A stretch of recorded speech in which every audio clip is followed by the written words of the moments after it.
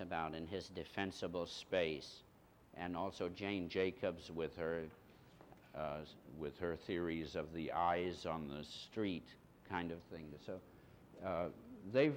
I'm kind of jumping around, but they found that these 6 families grouped around a stairwell become in themselves a unit. And then the 6 families looking into the courtyard, into the central court, with the next 100 seem to be, for some reason, seem to be groupings that lend themselves very well to sense of community, sense of friendliness, sense of pride. And this area, for example, you can walk around in at night and feel safe. Cooper, in her study, because you can't ask people, do you feel safe or don't you feel safe? You get all kinds of crazy answers. So the sociologists have ways of getting these questions and comparisons. So they ask, for example, a question like, if you had to go to the doctor in an emergency, is there someone in your building that you could call on to take care of the children? Some structure like that. And in St. Francis Square, 80% of the people, or some tremendously high percentage of the people, said that they could call on a neighbor in this subunit of 6. Then they did a comparison study in a high-rise with 80 people living on a hallway, and the percentage dropped to something like 2%. 2% of the people in the high-rise in the hallway felt in an emergency that they could knock next door and get their neighbor to come and help. And in this project, 80% of the people, or some, I don't have my figures quite right. Incidentally, there is a condensation of Claire Cooper's study in the AIA Journal of December something or other. I have it with me. I can tell you the exact date, then you don't have to read the whole lengthy study. It was important to create walkways and places where people could get together in groups in the courts, and also where people could get together, could be by themselves. We were lucky the terrain sloped. We could get a lot of variety into the landscape. Larry Halperin, by the way, whose name I think you heard this morning, was a landscape architect. Now, on a successful project like this, some very interesting things happen. On this side, you see the play yard in one of the courts as designed by the architect and the landscape architect. On that side, you see it, how it was redone by the tenants. I don't think Larry, when he shows his slides, admits that. But what's happened in a place like this, where the people own the project, where there's pride, where there's integrated, not only racially, but all different kinds of professions. There was a young, talented architect. The reason, by the way, we designed it this way isn't that the tenants are that much more talented. We couldn't afford to do that. But there was a young, talented architect, and he got some of the neighbors together, and they tore out this thing, and they put in that fabulous structure. And this whole phenomena of the people, I think I want to change this one too. We maybe got off score. No. Go back on that one and bring me up here. Okay.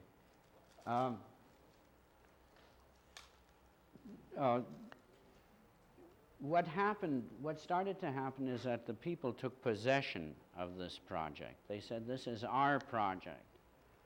And this is something that the architect has to realize. And at first, it was of great concern to us because we thought gee, look what they're doing. They're screwing up the project. They're closing in the balconies. And then we began to realize that the people weren't screwing up the project. They were taking possession. It was their project. And the more we could, we were very fortunate that we had designed these very strong balcony elements. It was one of the few design features we could afford. This was a very low budget job. And it turned out to be fortuitous because these strong elements could support people closing in the balcony and doing sort of their thing. Now, in future projects, we have tried to deliberately design in areas where the tenant could express themselves as much as possible. Next. Here's one guy built himself a shrine up on his balcony. This guy's got plastic flowers. This guy's got real flowers. Okay, I get one more slide here, I think. Okay, we're back on score, I think. This is just the kids playing in the courtyard.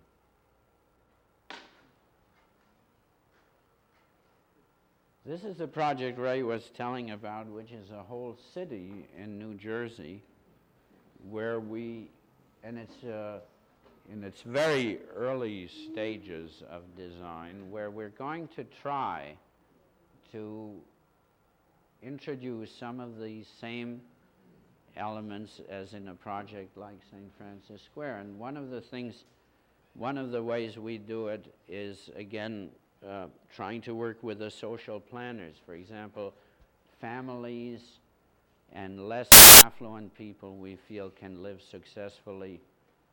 much more successfully in the low-rise buildings than in the high-rise buildings.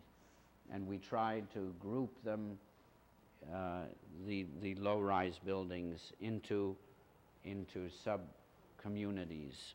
I don't know how many of you are familiar with Co-op City, which is outside New York, a terrible collection of apartment buildings, but very successful socially and economically. Well, this is for the same client, and what we're trying to do here is to do Co-op City crossed with the St. Francis Square. We'll see what happens. This is looking at the model. It's right behind the Statue of Liberty there. This is a bad sketch of but it gives an idea of the kind of thing we want to do in the low-rise portion of the project. There's also a town center. There are schools in each sector. It's divided into sectors of a kind of human scale. And this is a park that's supposed to be built by the state. So by using that as the green space for the project, we were able to cut the green space within the project to what we hope will be of a kind of human scale, instead of getting these very vast green spaces within the project that the early planners thought was the right thing to do. Oh, I think that's it. I have some houses at the end. It got awfully late, and I just threw in some houses. But I just soon stop now. You want to see that? Okay, they just go 2 by 2. Fire at will. Oh, that's a little vacation house at Sea Ranch, and it's just a one-room house, and from the roof he gets a marvelous view. So there's a stair tower that goes up to the roof, and it's just a little one-room hexagonal house. And this is the main floor, and then the next floor just has a balcony that bridges across. I think the thing cost something like $15,000, was very inexpensive. This is a house in Marin County.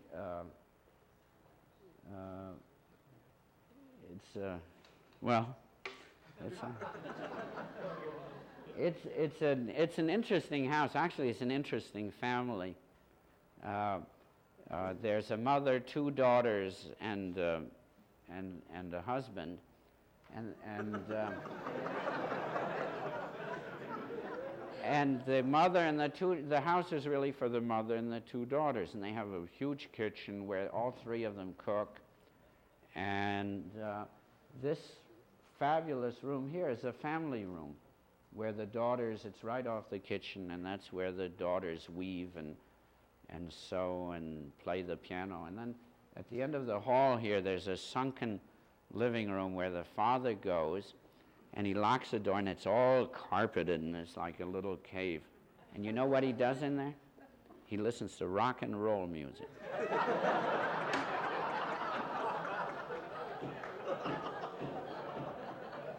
This is a house in Mill Valley in the woods.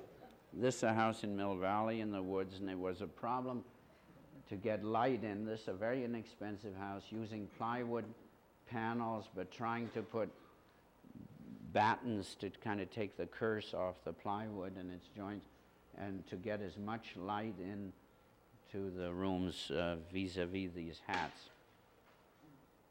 This is this is a fun house. This is for a friend of mine in a place called Bolinas, where we have a house too. We have an old farmhouse. I don't know if you know architects, except for Ray Cappy, seldom have the courage to live in their own design. So we have a charming old farmhouse near here, but this guy's a cabinet maker, and this spectacular piece of land with a wonderful view. And since he was providing the labor, so the labor, which is usually your most expensive increment, the labor was very cheap, so we could go to quite a complex structure and it wouldn't matter. But materials were a problem, and as you all know, a round form encloses a maximum space with a minimum amount of material, and also he has a view in all directions, and also I always wanted to do a round house. So we did this round house for him. Wait a minute, can you go back one, or did I get them mixed up? Okay, go. Oh, I got it. They're mixed up. There's supposed to be a slide here, which will come next, of the central element, which is a kitchen. There it is. Terrific. That's the kitchen element in the center, and then the house is on levels, and that's looking down in the kitchen. This house was published in Life magazine about 6 years ago, and at the time, Life had this fabulous readership all over the world. And I thought, gee, Life magazine, now I've got it made, I'm surely going to get calls from crazy millionaires in Texas who want underwater houses or God knows what. And I don't know, does anybody know what the circulation of Life magazine was? Not counting all the 3-time readers in the dentist's office. Anyway, I got one letter from some guy who says, I'm stationed in Alaska, and I'm soon going to be out of the Army, and I just loved your house, and will you please sell me the plans so I can reproduce it on my father's farm in Nebraska. And a few more letters like that, but no Texas millionaires. I see. All right. This is looking down from the mezzanine into the living room, and there's this kind of conversation pit you saw in the previous slide. This, this has got to be the most published house in the annals of modern architecture, which was okay with me until it started. A picture very similar to this started to be used by the Redwood Association, which was okay too, because it was like 6 years ago. But they kept running it every year, at least 5 times a year, and in the meanwhile, with a small line underneath about Marquis and Stoller loves Redwood or something like that. And the meanwhile, my kids were growing up, and we all became much more aware of ecology and that you shouldn't cut down redwoods. So by the end of about 8 years of having this picture run in redwood ads, I was glad to see they finally discontinued that ad. That shot is really taken from the street above. It is not taken from a helicopter.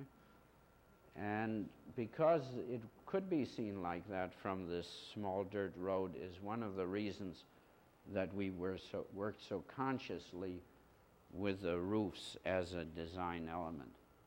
And there have been a lot of houses like this, I think, recently. But it's in Mill Valley.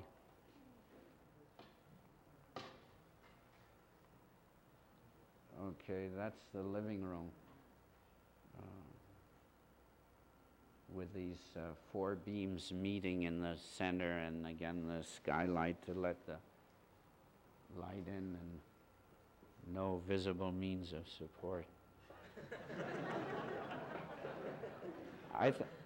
Okay, that really is it.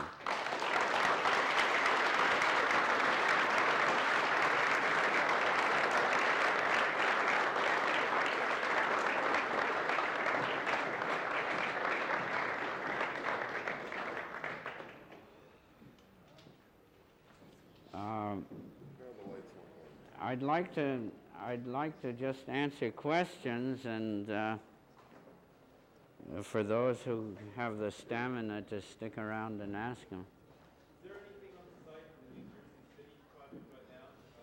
Oh, that's a conscientious architect's dream. It's absolute garbage dump. It's just incredible. Half of it's underwater.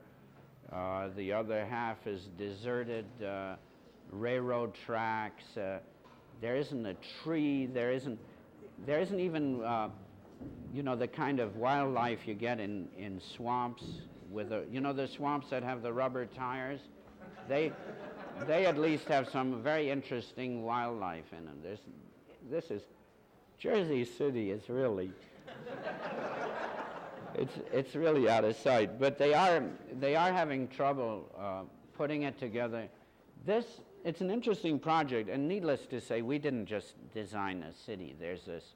I'll leave a brochure with you on the project, and if you look in the back, you'll see that our name is like listed with 25 other consultants. We had every conceivable kind of consultants on this job.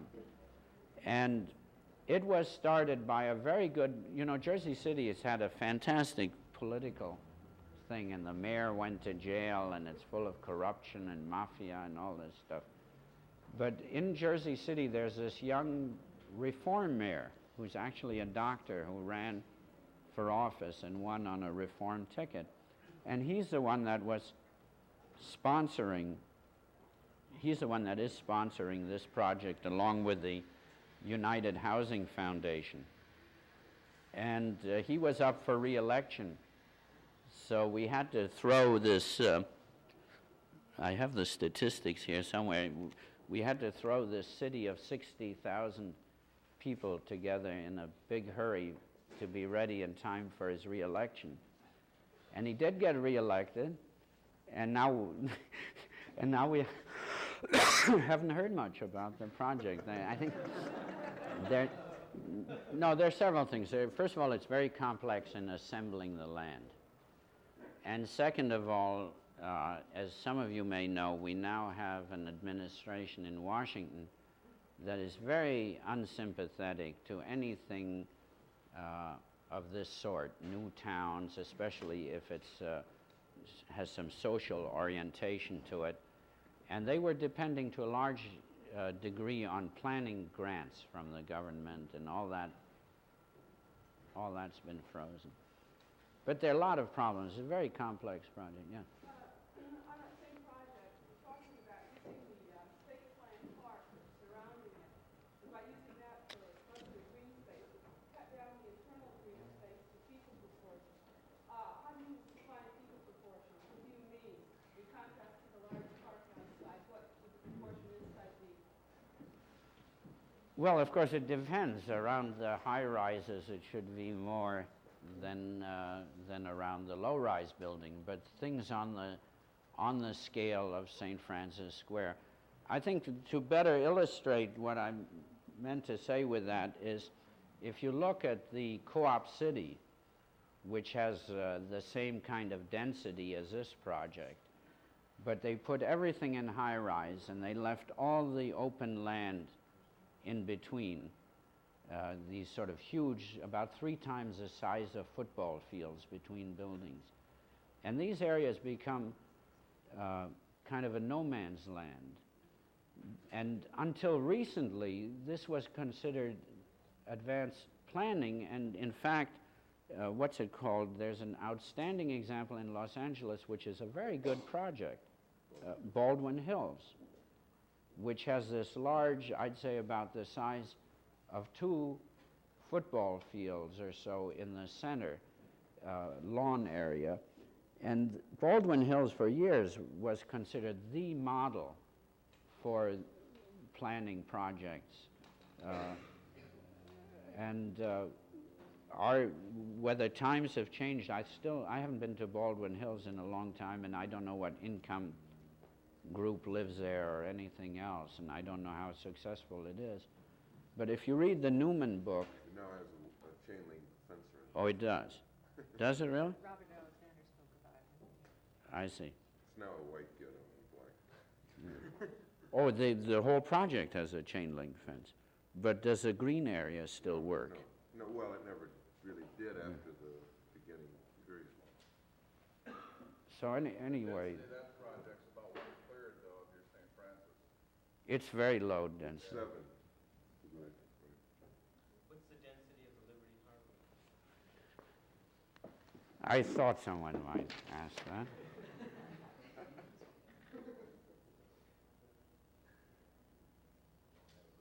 And I don't know. The town itself is 2,500 acres. And it's 20,000 feet, so it's 25 units per acre, roughly. But that's not quite fair because there are schools and commercial areas that are included in that. So it'd be over 25 units an acre, probably be 30 units an acre. On St. Francis, did you have any sociologists, like consultants, or? No, we, on Liberty Harbor, we've been working with a very interdisciplinary team.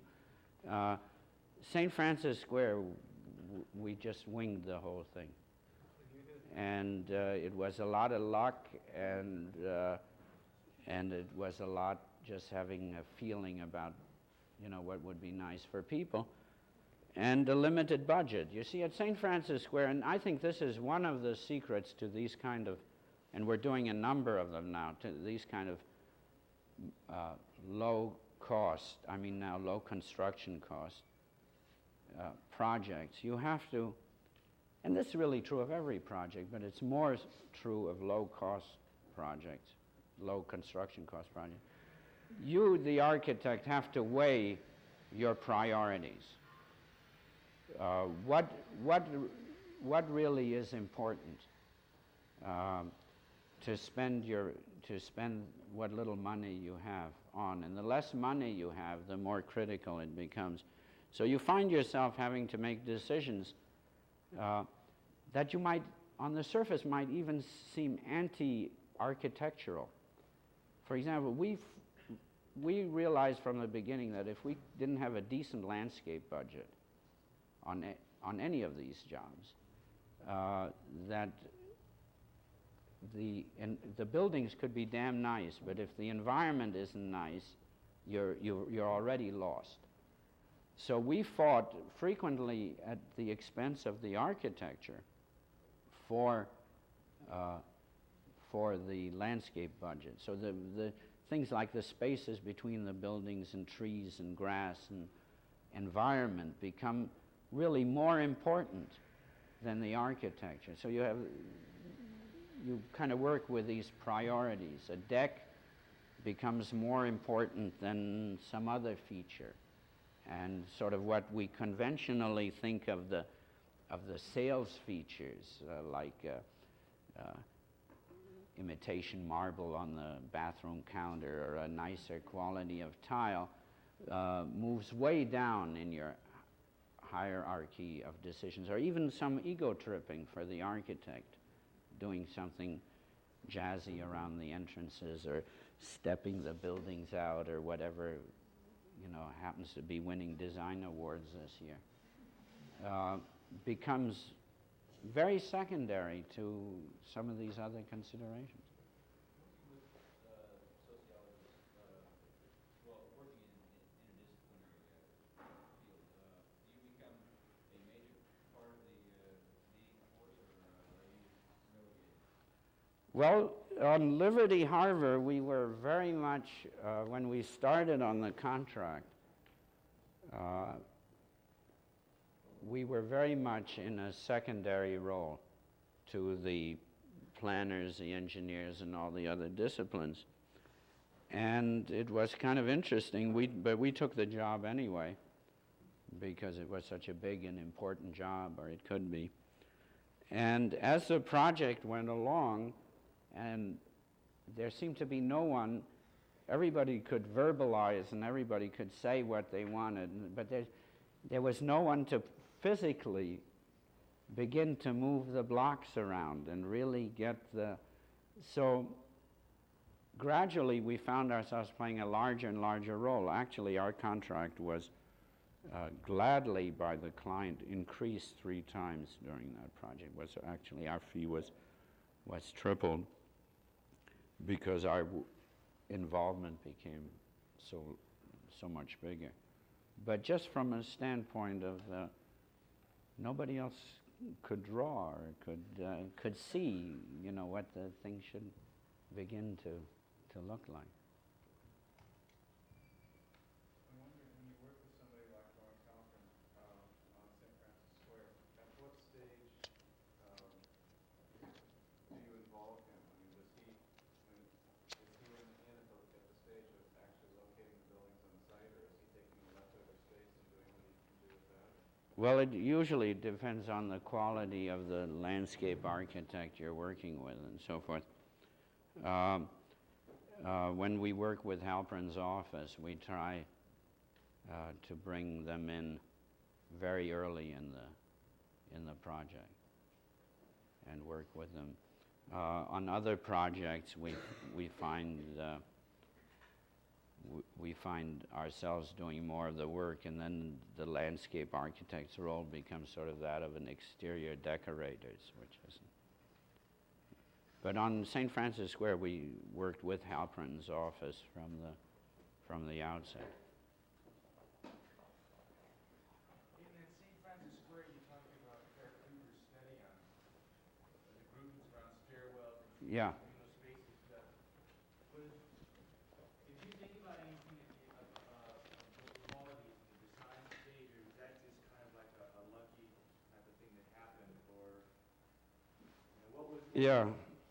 Well, I've thought about that a lot. And also, what was it? Was it actually the stairwell, or was there just something else? I think it's a combination of things, but I don't think we ever deliberately sat down and said, now 100 families is a good group out of 300, so we'll break the 300 into 100, and out of 100, 6 make a good group.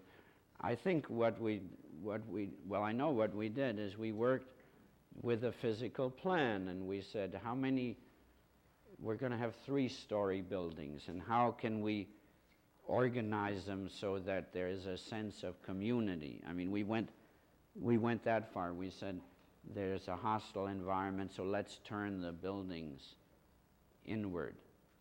Let's put the entrances on the outside, let's put the gardens inside, even though, you see, another approach might have been let's face every unit south. By doing the configuration we did, some units face north, some face east, some face west. So we clearly went through a thought process that said, incidentally, we thought about that too, and we said, rationalize that it's not so bad because they're through units. So even the unit facing north, some rooms face south. You follow me? But so we certainly went so far as to make deliberate decisions based, but sort of intuitively, on what we felt was a right approach. But it wasn't done through any kind of study. I heard a guy once give a talk on St. Francis Square about its endings. It just blew my mind. I never realized it had to do, I really didn't understand it, but it had to do with how the project ended and related to the street patterns and so forth. And I think if you're, at least the way we work, you know, some guy, and by the way, sometimes I have trouble working with young people because there is today a lot more verbalization and intellectualizing over a problem. And we tend to kind of, one guy tends to say, gee, I think these paths are nice if they snake around here, and then somebody else will say, well, but it's in the city, it doesn't feel right, it should run straight. And then pretty soon, 5 years later, you see it in the magazine, and there's a big thing about how it recognizes the urban, the paths that reflect the urban patterns of the street surrounded. And I mean, you do the things, but you kind of do it in process. I don't think you sit down and it doesn't all come to you just like that. Because if you did it the other way, then they'd write about how you deliberately made a contrast between the urban and... Do you ever get a chance to really look back on all the jobs that you do, not just the ones that have become really highly publicized, and seeing how they work? Not enough. In other words, I think one of the values of Claire Cooper's work is that she goes back into a project and she finds out how it really works. And there's very little of that being done in the profession. And we have all kinds of building types. For example, we're designing this library for Cal Poly. My God, how many student libraries, college libraries have there been built in this country? You know, thousands of them. And there's all kinds of literature on how far the book stack should be and how many foot candles of lighting, and there's books on library planning. But we couldn't uncover any kind of user study, any study that followed kids around and saw where they like to study, where they don't like to study, how successful certain spaces are. There's none of that research being done in architecture. I don't know if I'm answering your question. The prime reason for that is that there aren't any grants being given in these areas, and most behaviorists, psychologists, sociologists that we know are always doing studies that relate to the areas that they can get grants. So many of them are done again in the war economy or this kind of thing, and you don't get any results back for the kinds of studies that we need. And it's rather disappointing, but the government just isn't putting out money there, and very few architects are going back on their own work, and the behaviorists aren't putting in time that they don't get money for, and this becomes part of the problem. We go back a lot when something's wrong, when the roof leaks or something like that. But we should do more of it, and we get together and our office has got to be, you know, tops of the list for good intentions. We have a big office meeting. You know, there are 5 partners and 3 associates, and by the time those guys get in the conference room, you can't just leave the 3, 4 employees outside, so you ask them in too. And then you get into this great soul-searching thing, and we decide we're gonna rent a bus, and we're gonna put everybody on the bus, and we're gonna review all the jobs that we did last year and really go look at them. Or we're gonna have design seminars in the office, and somehow we've never gotten it together. And I mean, we intend to do it. We really do. Is there any possibility of Ray mentioned it earlier, of maybe getting that, you know, having a fee built in that you move back to research with, or possibly, if you're doing a facility like a library that you couldn't uncover a study for, you might be able to get a research grant, you know, that would come in and study your library up. Well, it's very hard. First of all, it's hard to get enough fee to because most of these are like institutional clients or something like university, and they've got set fee schedules and very hard to produce the work within that fee. And then there's usually a time schedule. You know, you're supposed to do the work in a given amount of time, and nobody wants you to take a year off and study libraries. And you shouldn't have to. I mean, They can take a year off to check the drawings. Yeah, they take a year when you're finished. Actually, the Cal Poly Library drawings have been finished, the working drawings have been finished about 4 or 5 years. So there could have been time for a study, but no one's given them the funds to build the thing. So now somebody phoned me, they got this terrific idea. If they change the 2 top floors into faculty offices, they might get the funds to build the library. So we got a new job to remodel a building we designed 5 years ago that's never been built. So that's, but the whole question I think of doing research on how, if we're really going to be concerned about people, the whole business of doing some research on how people use spaces, how they work within the spaces and so forth, is terribly important, and a few people are doing it. You should look at this Claire Cooper's study on housing. She's done a number of studies. It's very interesting.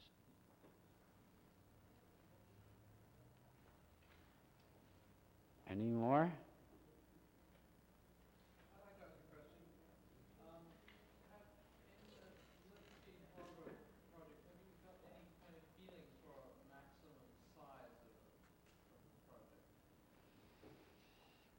You mean whether it's too big?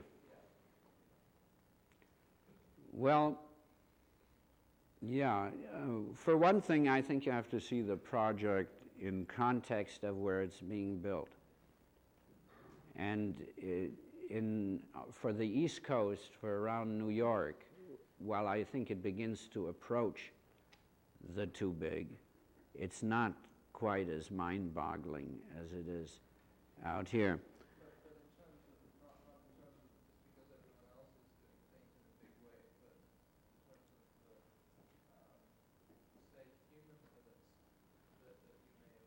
Well, the human limits are a question of whether you can succeed to break the project down. You have to look at it as a town. You have to look at it as a new town. Whereas Co-op City is almost that big, and it's just a collection of apartment houses, and I would say that's a disastrous failure. But a new town or an old town of 60,000 people or 20,000 units is not that hard to comprehend. Now, if it can be treated as a town, if we can get the town center, I forgot to point out the transportation system, the sub-centers, the variety in both density, high and low, then I don't think it would be too big. You know, Brian, you know, in Santa Monica has 80,000, which would give you some feeling for that, which is not really a terribly dense and intensified city. And what Bob's talking about is really a little bit smaller than that, even though for some reason physically it seemed to appear more dense than that. How are you kind of building a diversity in that big? It seems like, are you using the same sort of elements throughout and just changing them? Well, I would suspect that it will be built gradually and that it will be built by a number of architects.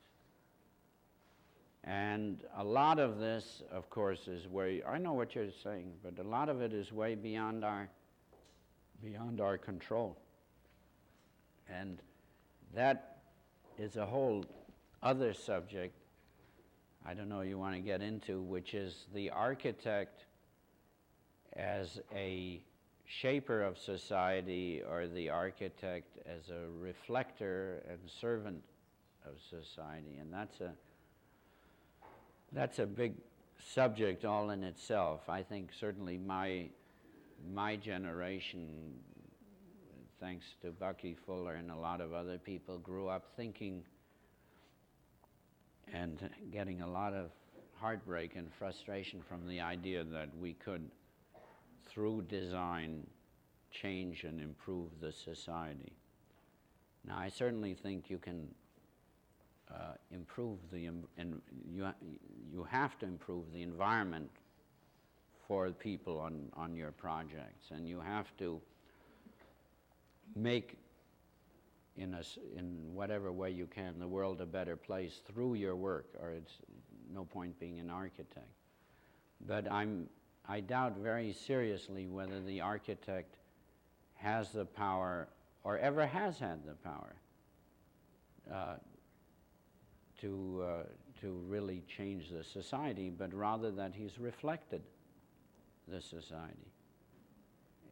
That's why the study of other cultures through their architecture is such a clear way to study another culture, because the architecture is such a clear reflection of what that society was all about.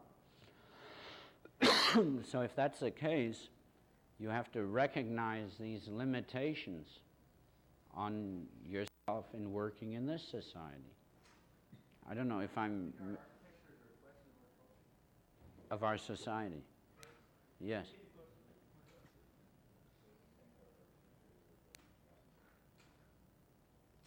And because the architect serves that society, he's hired by that society. And the true idealist, you know, if you carry, this is a very touchy area, and I don't know, this should be done very at the beginning of the evening and very person to person, because I don't want you to get the wrong impression, because I feel very strongly that architects, through the spaces and the buildings they create, strongly affect people's lives for the better. But that's quite different than saying that they change society. Jersey City is going to be, if it's built, is going to be built by a very complex consortium of government, city, private, industry, and so on, the cooperative. And the architect, or there probably before it's through would be a great number of architects, will have a very strong and important role to play in the quality of life in that place. But to think that you have any powers beyond that, that society maybe shouldn't build this kind of city in the first place, is not for the architect to say. The only thing the architect can then do is to turn down such a commission. And carried to its logical conclusion, the architect can't work at all, because we're at this point in time, to quote somebody. Between the ecology and politics and economy and society we live in, if you want to be 100% pure, or whatever the soap ad used to say, I don't think you can practice architecture. Architecture is a practice of compromise, and it's a very gratifying practice. You can make the life of people very much better through your work, or worse if you're not a good architect. But I think, I hope this isn't too much of a downer to end on, or something. Yes? Continue that thought. The Marin County headquarters that you did,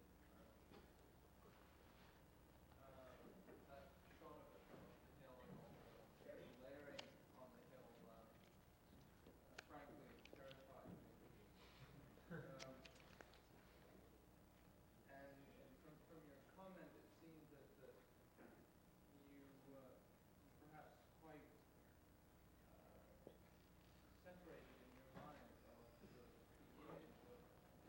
of the justness of industry representing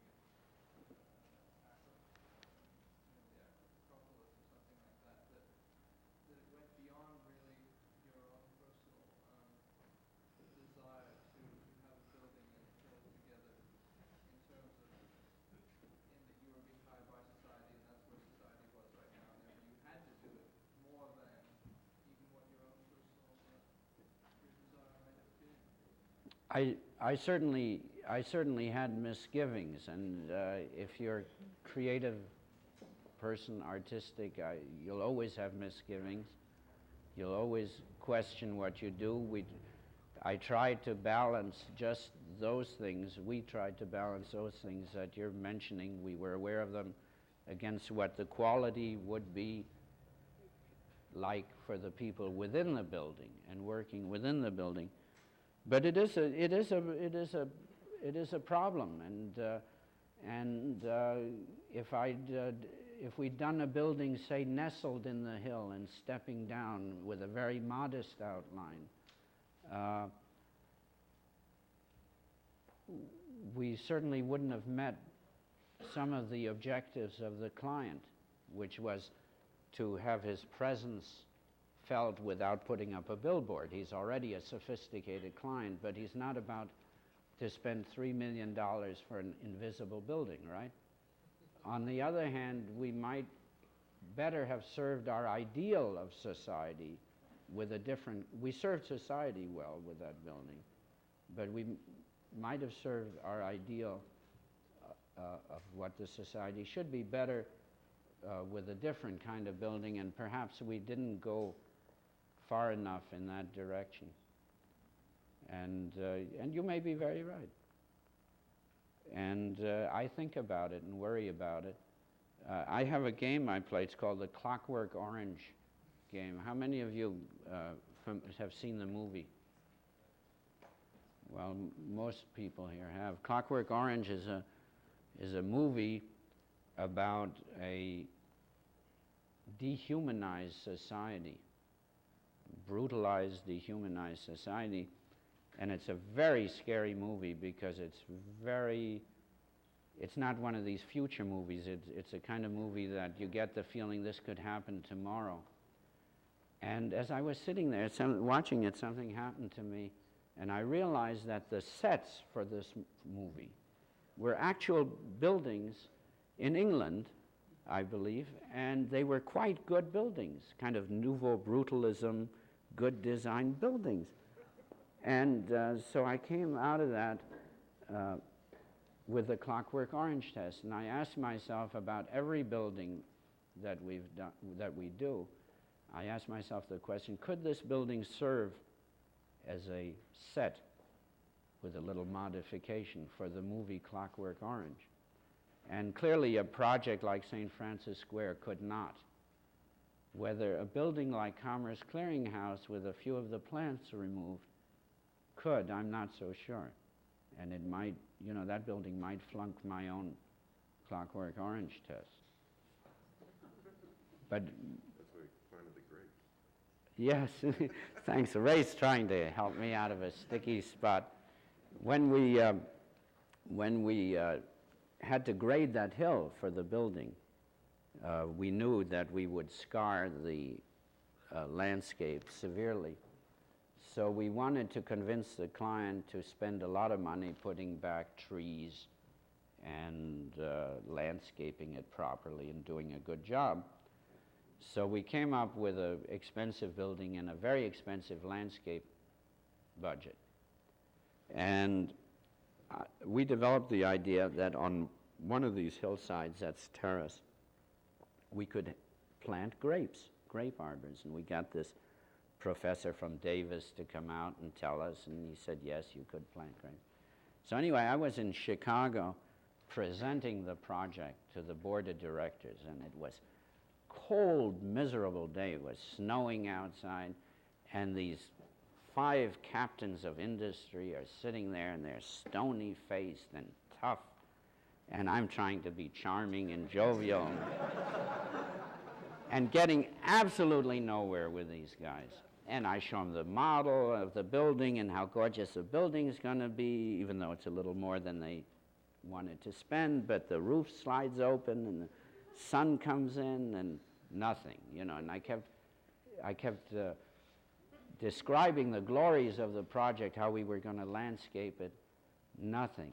And finally I said, and over here on the hillside, we're going to plant vineyards, and you're going to, in a few years, you can have your own California wine.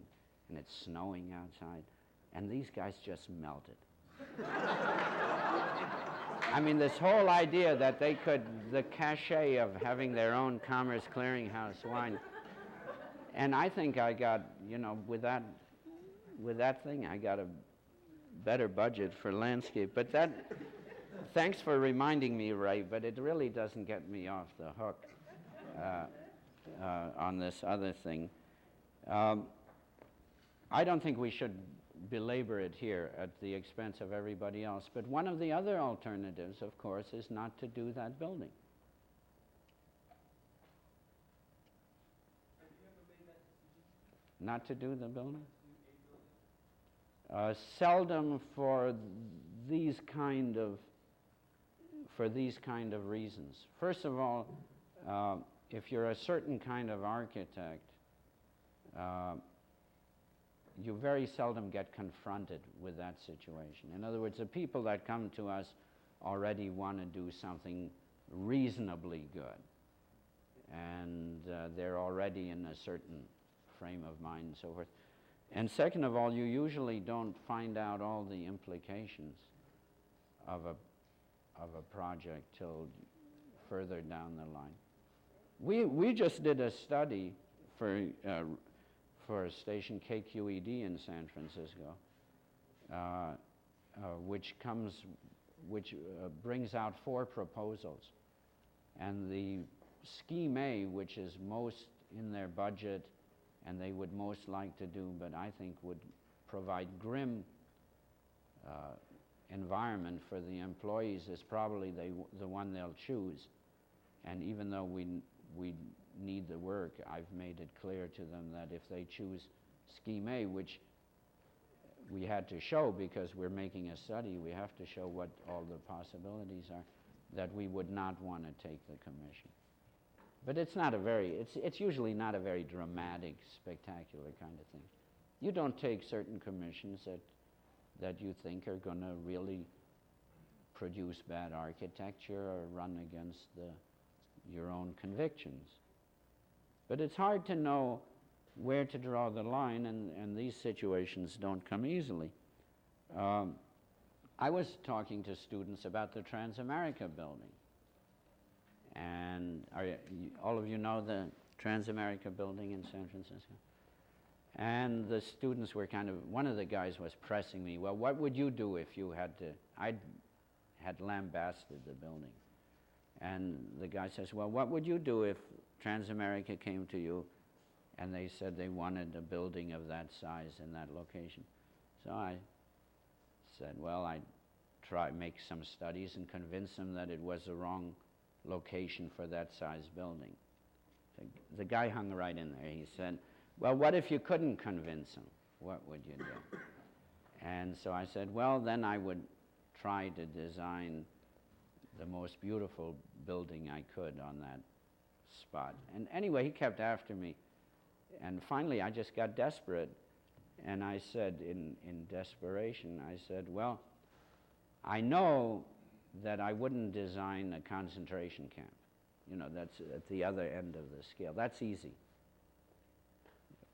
And then there's all this stuff in between, and it's very difficult, you know, where you draw the line and where you rationalize. Most of the world's horrible architecture is done by people who say, well, if I didn't do it, somebody else would do it worse. But all this that we're saying brings out the original point that architecture is a social art that serves the society and reflects the society, and that's what you try to make something out of that. And you can influence society. If you build the little Novato library where there's, you know, the best building in town is, most imaginative building in town is Kentucky Fried Chicken or something. I can't help but feel that that building is got to touch the lives of some people living there. And when they use it, they're going to see that all buildings don't have to be ugly, and some kids are going to use it and somehow subconsciously start to demand better architecture. And so I think it's a contribution to that community. So I do feel that you change society, but in a very subtle, indirect way. Yes? You ever decide not to produce scheme A? I've told the client that I didn't want to do. Yeah, you presented it to him anyway. Well, that's a different question. Here you're hired to make a study for consolidation of facilities, and you're obliged, in that case it's a technical service that you're performing, you're obliged to show him what his alternatives are. It's not up to me to play God and decide for the board of directors, because I'd be ashamed to do scheme A that I'm not even going to show it to him.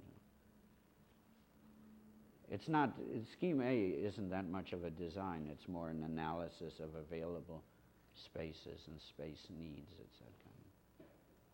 When you say that architecture should reflect, should reflect society as it went on. I didn't say it should, I said it does. It does. Okay. Well, anyway. Would it also follow that it should, that one society in general should be able to relate to that structure in an aesthetic sense? Like the average man on the street. I don't think you could. Yeah, well, within limitations, you get into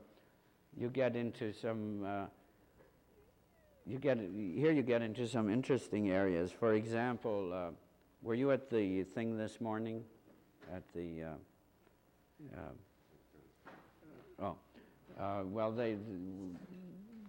students did an exercise in kind of community planning determination, and in a town where there's a river running through the town. And they happen to choose as one of the desired goals orienting the town towards the river, which is something we're all sympathetic with. Suppose that community chose, which they probably have already subconsciously by voting with their dollars, that they'd really like to orient themselves towards the sprawl and the shopping centers and so forth that are already there. Then what is the architect's obligation? And I think it certainly lies in trying to show the client the right direction, orienting him towards the river, so to speak. Well, I meant more in terms of our Well, it's the same with a building. I mean, Well, I mean, like for instance, take the work of Louis Kahn. I don't think that an average person could, just anyone could fully appreciate it, or even appreciate it, or even care about it. And in fact, it might even repulse them. Where is Louis Kahn serving the society in general? I mean, I think he's really. yes, I see your point. Especially the Bangladesh I mean, it people. goes only to the, higher, intellectual. Ray, you want to save me on that I want one? to help you in a way. Help me. Well, when Bob makes states the term, reflects society, good architecture probably reflects, and I don't know what would be a correct percentage, 3%, 4%, works for maybe 10% of the people. Therefore,